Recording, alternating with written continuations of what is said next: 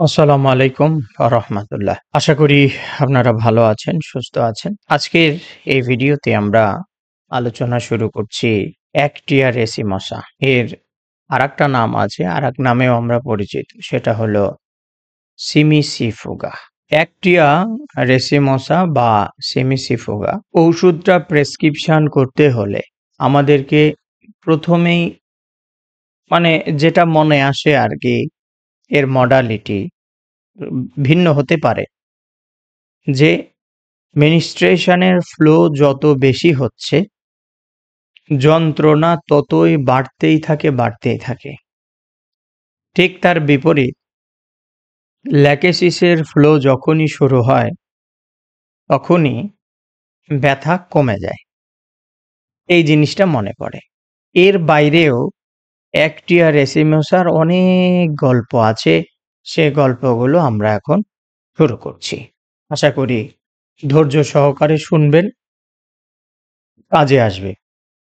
এবং মেন যে লক্ষণগুলো আমি বলবো, সেই লক্ষণগুলোর রুব্রিক্স কেন্টস রেপার্টরি থেকে এবং কমপ্লিট রেপার্টরি থেকে আমার ভিডিওর নিচে দেখবেন যে উঠতে থাকবে, দিয়ে দেব।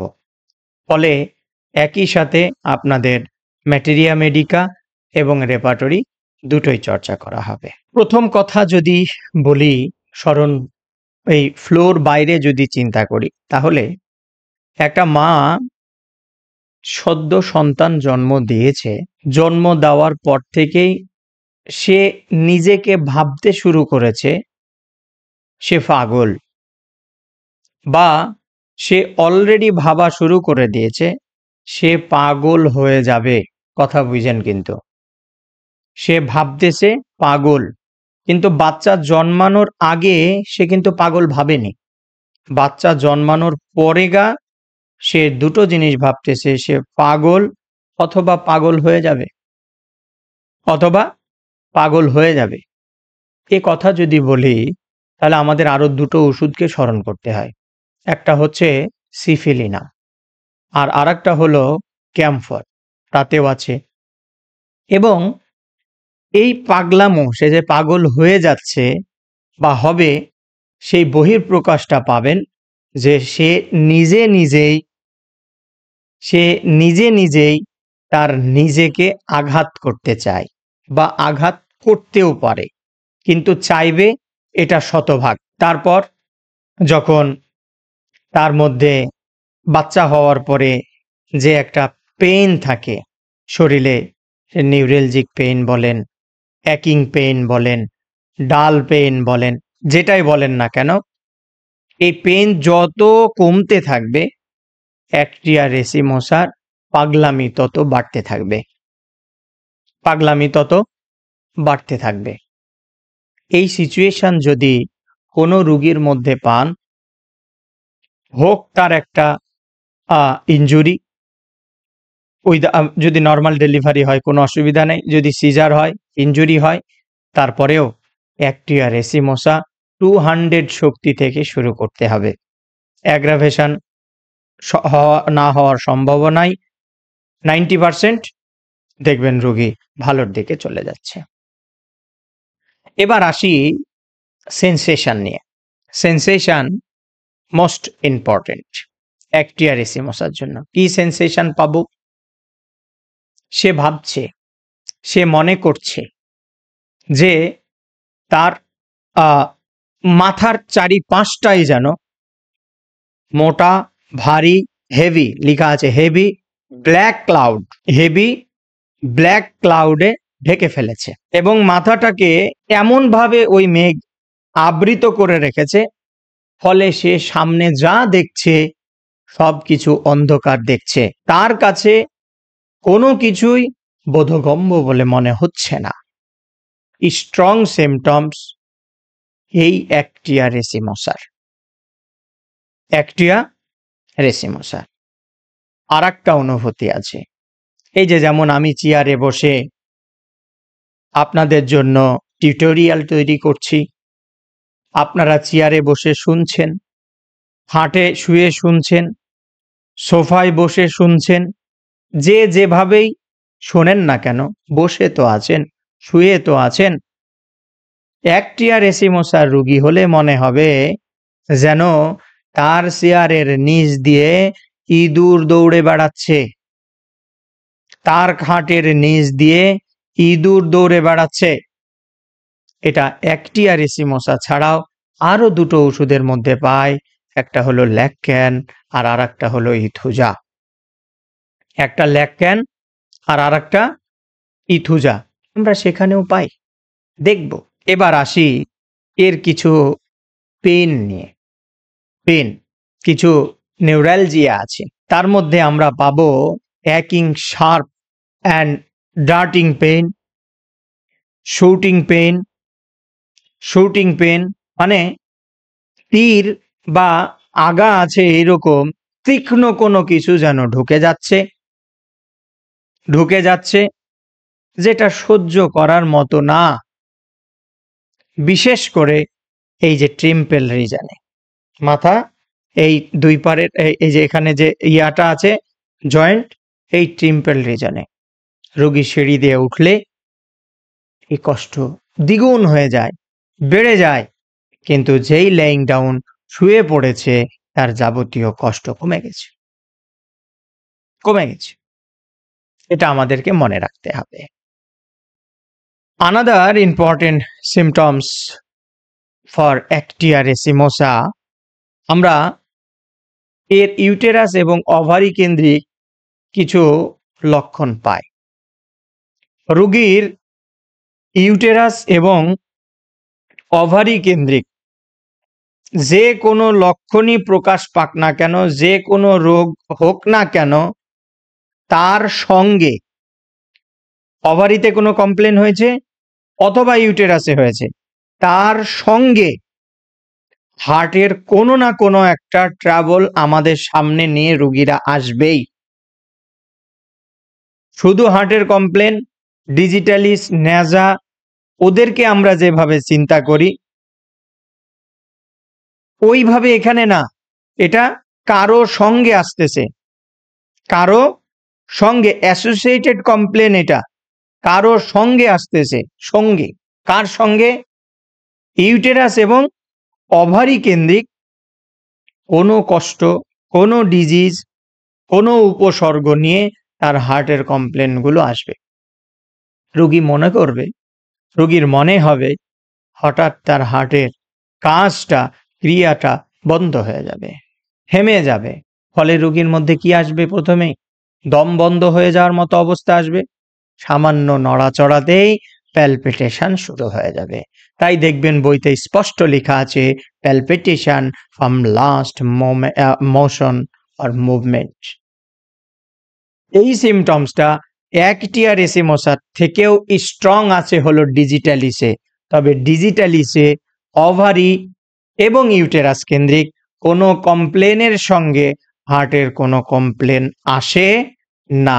যদি আসে তাহলে আমরা সিমিসিফুগা বা একটিয়ারেসিমোসাকে চিন্তা করব, আর যদি না আসে তাহলে ডিজিটালিসকে চিন্তা করব। এরপরে আমরা মিনিস্ট্রেশন নিয়ে আরেকটু গল্প বলি। প্রথম কথায় ইরেগুলার। প্রথম কথায় কি? ইরেগুলার, অনিয়মিত। ২ নাম্বার কথা হলো একটিয়ারেসিমোসার মিন্স কেন্দ্রিক যখনই শুরু হবে, ওই যে অ্যালুমিনা এবং কোকুলাস বলে একটা ওষুধ আছে না, তাদের যেমন মিন্স শুরু হলেই দুর্বলতাটা বেড়ে যায়, হওয়াটা স্বাভাবিক। তার একটা লেভেল আছে, তার একটা স্টেজ আছে, কিন্তু এর এমন অবস্থায় চলে গেছে যেটা ডিজিজ পর্যায়ে চলে যাচ্ছে, যেটা চোখে ধরা দিচ্ছে, তার স্বাভাবিক জীবনযাত্রায় চলাফেরাতে অসুবিধা হচ্ছে। আমরা তখন একটিয়ারেসিমোসাকে চিন্তা করব, যদিও এটা অ্যালুমিনা এবং কোকুলাসে আছে। মিনিস্ট্রেশনের সময় তার অটোমেটিক ইরিটেড হয়ে যাবে, মেন্টালি ইরিটেড হয়ে যাবে, ঠান্ডা লেগে, জ্বর হয়ে, তার ঠান্ডা লেগেছে অথবা জ্বর হয়েছে, ঠান্ডা লেগে জ্বর হয়েছে, তার যদি মিন্স হওয়ার ডেটও থাকে সেজন্য বিলম্বিত হবে, লেট হবে। লেট হবে, বন্ধ হয়ে থাকবে এবং তখন রোগীর মধ্যে খিঁচুনিও দেখা যেতে পারে। খিঁচুনিও দেখা যেতে পারে। পাগলামো, ওই যে বললাম না বাচ্চা জন্মানোর পরে যে পাগলামো, সেই পাগলামিও আবার প্রকাশ পেতে পারে। পাগল হয়ে যাবে, হয়ে যাচ্ছে সেই ভাবও আসতে পারে। কার ফলে? ঠান্ডা লেগে বা জ্বর হয়ে যদি মিন্স রেগুলার হতে লেট হয় বা সাপ্রেসড হয়ে যায়, বন্ধ হয়ে যায়, তখন এই লক্ষণগুলো প্রকাশ পায়। এটা মনে রাখতে হবে আপনাদেরকে। নেক্সট হলো স্পাজমস, আক্ষেপ বা খিঁচুনি, যে যাই বলেন না কেন। হিস্টেরিয়া অথবা এপিলেপটিক মৃগী রোগ যে কোনো ধরনের ইউটেরাইন ডিজিজ থেকে যদি উৎপন্ন হয়, যেটা ডিউরিং মেনিস্ট্রেশন অ্যাগ্রাভেশন হচ্ছে এবং রোগীর মধ্যে লেফট সাইডে কোরিয়া রোগটা বৃদ্ধি পাচ্ছে। বাঁ দিকটায় কি বলেছি?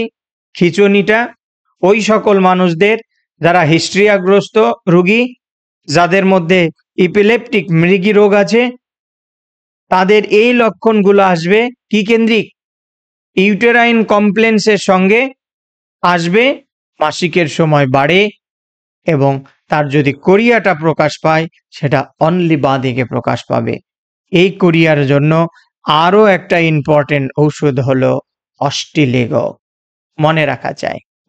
অস্টলিগো বলছি। অস্টলিগোর লক্ষণটা হলো তার লেফট ব্রেস্টের নিচের দিকে একটা প্রচণ্ড ব্যথা হয়। আমি ক্লিনিক্যালি থেরাপিউটিক্স ওয়েতে লেফট ব্রেস্টের নিচের দিকে ব্যথায় অস্টলিগো ব্যবহার করে রেজাল্ট পেয়েছি, আপনারা ব্যবহার করতে পারেন। নেক্সট পয়েন্ট হলো ওভারি বা ইউটেরাসের সঙ্গে কমপ্লেন্সের সঙ্গে এই রোগীর শরীরের বিভিন্ন জায়গায় পেন হবে এবং এই পেনটা লাইটেনিং পেন, অথবা বিদ্যুৎ চমকাইলে যেমন সিরিক মেরে ওঠে, ঠিক শরীরের যে কোনো জায়গায় সিরিক মারা ব্যথা, যে যেভাবে বোঝেন, সিরিক মারা ব্যথা দেখা যাবে। জরায়ুতেও সেই ধরনের সিরিক মারা ব্যথা হবে এবং রোগী চুপচাপ বসে আছে, কাজ করছে, হঠাৎ করে কেঁপে উঠে অজ্ঞান পর্যন্ত হয়ে যেতে পারে। অজ্ঞান হোক চাই না হোক, কিন্তু রোগীর লাইটেনিং পেনের কারণে সব সময় একটা অস্বস্তিকর পরিস্থিতির মধ্যে থাকবে। এটা চূড়ান্ত লক্ষণ একটিয়া রেসিমসার। আমরা প্রেগনেন্সির কথা চিন্তা করতে পারি। প্রেগনেন্সি, ডিউরিং লেবার, গর্ভ অবস্থায় কি পাবো? সব সময় বমি বমি ভাব থাকবে, ঘুম হবে না, অনিদ্রা হবে এবং রোগী বেশ ভালো আছে, হঠাৎ করে সিভিয়ার পেন চলে আসছে, অলৌকিক ব্যথা, সিভিয়ার পেন, তলপেটে আড়াআড়ি ভাবে মনে হচ্ছে তীক্ষ্ণ কিছু ঢোকানো আছে, সেখান থেকে ব্যথা হচ্ছে। স্যাবাইনাতে একটা লক্ষণ আছে, সাধারণত তৃতীয় মাসে গিয়ে গর্ভপাত হয়, অ্যাবর্শন হয়, ঠিক সেই লক্ষণটা আমরা এই অ্যাক্টিয়া রেসিমসার মধ্যেও পাবো। কিন্তু ওই যে আড়াআড়ি ব্যথা, ওই যে হঠাৎ তীব্র ব্যথা, অলৌকিক পেন যেটাকে আমি বলছি, এগুলো কিন্তু স্যাবাইনার মধ্যে পাবো না। তাই স্যাবাইনা এবং অ্যাক্টিয়াকে খুব সহজেই আলাদা করা যায়। গর্ভ অবস্থার কথা বললাম, এবার যখন গর্ভপাত হচ্ছে, প্রসব কাল যখন হচ্ছে, তখন কি পাবো? ফার্স্ট স্টেজের কথা বলছি। তার শরীর কাঁপবে, স্বাভাবিক, কিন্তু এখন অতিরিক্ত পরিমাণে কাঁপছে, সেটা আলাদা। এরপরে হলো খিঁচুনি হতে পারে, তার ইউটেরাসের মুখটা কঠিন থাকতে পারে, মানে সহজে খুলতেছে না, এরকম থেকেই খিঁচুনি লক্ষ্য করবেন। এত ব্যথা রোগীকে ক্লান্ত করে ফেলেছে এবং এই যে যাবতীয় কষ্টগুলোর কথা বলছি, সবগুলোই সামান্য একটু যদি শব্দ হয় রোগীর মধ্যে অটোমেটিক বেড়ে যায়। রোগীর মধ্যে অটোমেটিক কি হয়? বেড়ে যায়। এরপরে প্রসব হয়ে গেল। হয়তো এই লক্ষণগুলো আপনি পেয়েছেন। আপনি সিমিসি ফোকা দিয়েছেন, জরায়ুর মুখ খুলে গেছে, বাচ্চা হয়ে গেছে। এরপরে সমস্ত শরীরে যে একটা পেন থাকে, প্রথম ঔষধ হলো আর্নিকা, কোনো কথা নেই। অ্যান্ড দেন সেকেন্ড মেডিসিন, যদি বিশেষ করে জয়েন্টগুলোতে, কুচকিগুলোতে ব্যথা থাকে, আর্নিকাতেও যদি না যায়, নিশ্চয়ই তখন ভেলিস প্যারনেসিস চিন্তা করবেন। তাতেও যদি না যায়, হাইপেরিকাম দেবেন। তো আপনারা ও জিনিস ভাবতে থাকেন, আমি ওদিকে যাব না, আমি আর্নিকার পরে নিশ্চয়ই এই অ্যাকেটিয়া রেসিমোসা বা সিমিসিফোকাকে চিন্তা করব। করলে অনায়াসে ব্যথা পালাতে দিশে পাবে না বাপু, পালাবে। এরপরে হলো মিস হয়ে গেছে, ওইটা না বললে, গর্ভের একদম শেষ দিকে, ধরেন যে 9 মাসে পড়ে 2 দিন 3 দিন চলে গেছে, বাচ্চা হবে এরকম ডেট খুব কম, 1 দিন 2 দিন। নর্মাল ডেলিভারির জন্য আমরা নিশ্চয় কোলোফাইলাম, পালস, বেল, অ্যাকোনাইট এগুলাকে চিন্তা করি। এর পাশাপাশি আমরা এই সিমিসিফুগা বা অ্যাক্টিয়া রেসিমোসাকেও চিন্তা করতে পারি। নেক্সট, অ্যাক্টিয়া রেসিমোসায় আমরা একটু রিউম্যাটিজমেরও গন্ধ পাই, বাতের গন্ধ পাই, বাত। সেটা অতিরিক্ত পরিশ্রমের ফলে, যারা ডান্স করে তাদের, যারা ওই যে কি করে এক্সারসাইজ করে, জিম করে তাদের, মানে অতিরিক্ত পরিমাণে এই পেশির ব্যবহারের ফলে যদি শরীরের মধ্যে অত্যধিক টাটানি ব্যথা হয়, যেই ক্ষেত্রটা নড়াচড়া করলে আপনি ব্রায়োনিয়াকে চিন্তা করছেন, ওই ক্ষেত্রটাকে ব্রায়োনিয়া চিন্তা না করে আপনি বেলিস প্যারনেসিসকে চিন্তা করতে পারেন। আর আমি বেলিস প্যারনেসিসের আগেও যার কথা বলবো সেটা হলো এই অ্যাক্টিয়া রেসিমোসা বা সিমিসিফোকা। ঔষধ দিতে হবে 6 পোটেন্সি, দিনে 3 বার, 8 থেকে 10 ফোঁটা, হাফ কাপ পানির সাথে, ও মাসেলের ব্যথা ভালো হয়ে যাবে।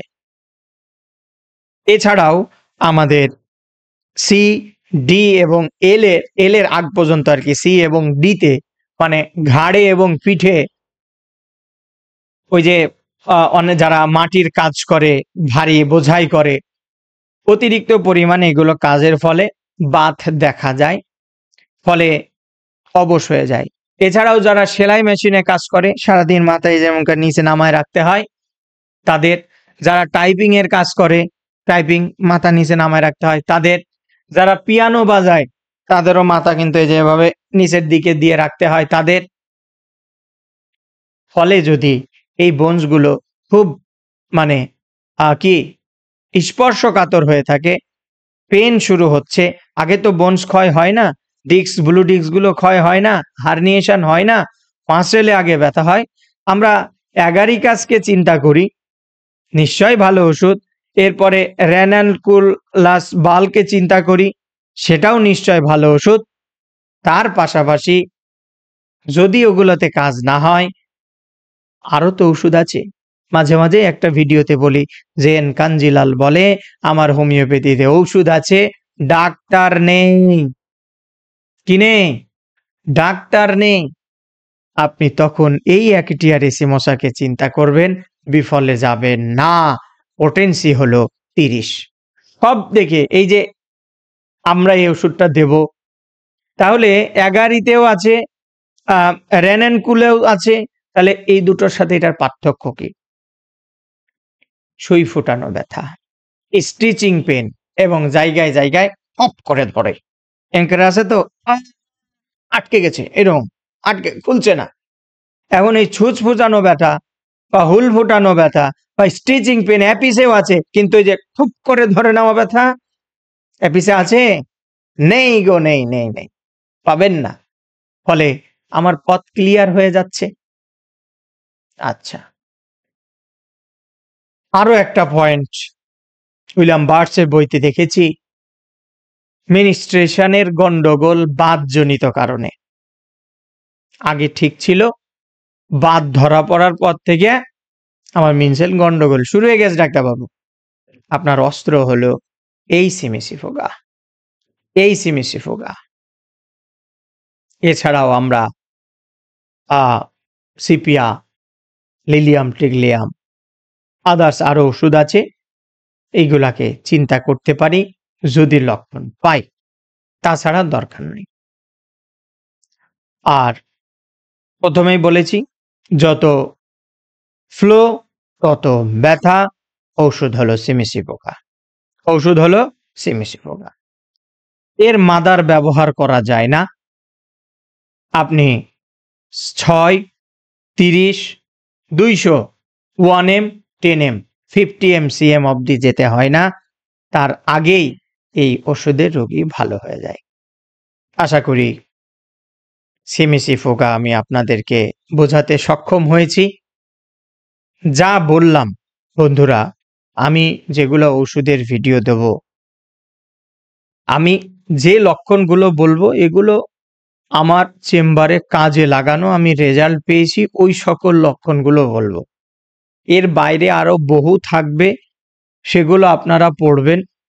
আমি ওগুলো বলবো না, কারণ আমি ওগুলো পাইনি, আমি পাইনি। তবে হ্যাঁ, আমার ভিডিওগুলো যদি দেখেন তাহলে একটা ওষুধের মূল জিনিসগুলো সবই চলে আসবে, সবই চলে আসবে, মোটামুটি চলে আসবে, এবং আপনারা কাজে লাগাতে পারবেন নির্দ্বিধায়। আমি আলোচনা করছি নিজ দিয়ে ভিডিওতে, রুব্রিক্সের টাইটেল দিয়ে দিচ্ছি, আপনারা দেখবেন, কাজে লাগাবেন। ভালো লাগলে অবশ্যই ভিডিওটা শেয়ার করবেন, যেন এই ভিডিওগুলো দেখে অন্যান্য যারা নতুন হোমিওপ্যাথ আছেন, সবে শুরু করেছেন, তারা দেখে ইন্সপায়ার হয়, তারাও যেন শুরু থেকে এই মূল জিনিসটা পায়। আমি যখন শুরু করেছি, কত যে বইপত্র, 3-4 র‍্যাক বই বাড়িতে, সে বইয়ের অভাব নেই। হাতড়িয়ে হাতড়িয়ে পড়ে পড়ে পড়ে পড়ে এই 300, 350, 400 মতো মেডিসিন, 2-1টা কম আছে আর কি, এই ইয়াগুলো নোট করেছি। স্যারের সাথে ছিলাম দীর্ঘদিন, আরো আমার অনেকগুলো ওস্তাদ আর কি দিয়ে, ওর সমন্বয়ে আমি এই জিনিসগুলো আলোচনা করছি। আশা করি উপকৃত হচ্ছেন, হবেন। আমি 3টা বিষয় বেশি পছন্দ করি, এটা আমার স্যারেরও 3টা বিষয় ছিলেন। ডাক্তার বর্মন স্যার, উনি রেপার্টরির ওপরে এমডি ছিলেন, এবং উনি আমাকে খুব যত্ন সহকারে রেপার্টরির বিষয়ে পাঠদান করেছেন। আমি ওনাকে শ্রদ্ধা জানাই। মতের কিছু ভিন্নতা ইদানিং হয়েছে, সেটা আলাদা বিষয়। ম্যাট্রিমেডিকার বিষয়গুলো উনি আমাকে খুব সুন্দর করে নলেজে দিয়েছেন, এবং প্র্যাকটিস অফ মেডিসিনকে খুব সহজে কিভাবে পড়া যায় সে বিষয়গুলোতে আমার ফ্যামিলি থেকে এবং স্যারের পক্ষ থেকে আমি অনেক হেল্প পেয়েছি। তাই খুব সহজে আমি রোগ নিয়েও আলোচনা করে দিচ্ছি এবং মেডিসিন নিয়েও আলোচনা করব। আপনারা যদি শুনতে থাকেন, দেখতে থাকেন, উপকৃত হবেন, এতটুকু কথা বলতে পারি। আর যারা পার্সোনালি পড়তে চান, আমি সপ্তাহে 2 দিন, শনিবার এবং বুধবার, মাসিক 820 টাকা নিয়ে পড়াই। সেখানে সরাসরি আমার সঙ্গে কথা বলে, মনের কথা বলে, আপনার চেম্বারের যে প্র্যাকটিসে আটকে যাচ্ছেন সেই বিষয়গুলো কেন্দ্রিক আমি, মানে সরাসরি একটা প্ল্যাটফর্ম যেখানে আমার সঙ্গে কথা বলা যায়। কেউ যদি ভর্তি হতে চান তাহলে আমার সাথে যোগাযোগ করে ভর্তি হয়ে যেতে পারেন। তো আজ এখানেই রাখছি। আল্লাহ হাফেজ।